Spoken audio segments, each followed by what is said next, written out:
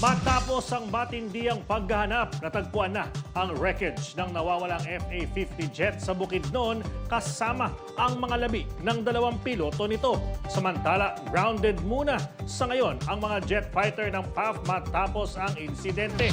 Balita umaabante mula kay Edwin Balasa.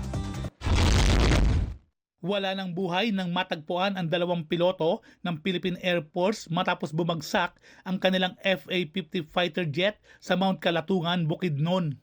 Ayon sa Philippine Air Force, natagpuan ang mga labi ng mga piloto ilang metro ang layo mula sa nawasak na eroplano sa Barangay Mirayon kaninang alas 9 ng umaga.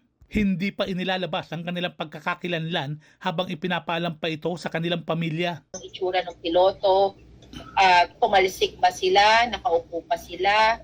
Kasi po, iba-iba yung sinasabi ng mga ground troops na nag-incident. Remember, halos mga army yung nandun eh.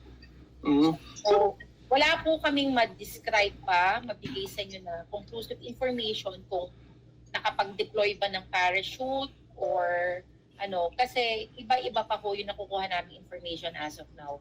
Kanina may sinabi, merong nakaupo raw sa aircraft, pero nung bandang huli nagbago pala, baka ibig sabihin nakaupo lang sa seat niya. Dahil sa insidente, inanunsyo ni Air Force spokesperson Colonel Maria Consuelo Castillo ang pansamantalang pagsususpinde sa operasyon ng lahat ng FA-50 jets habang isinasagawa ang masusing investigasyon sa trahedya. Tinayak naman ng Air Force na mabibigyan ng kaukulang tulong ang mga naulilang pamilya ng mga nasawing piloto. Ako si Edwin Balasa ng Abante Radio. Ito ang balitang mabilis, mabangis, walang mintis.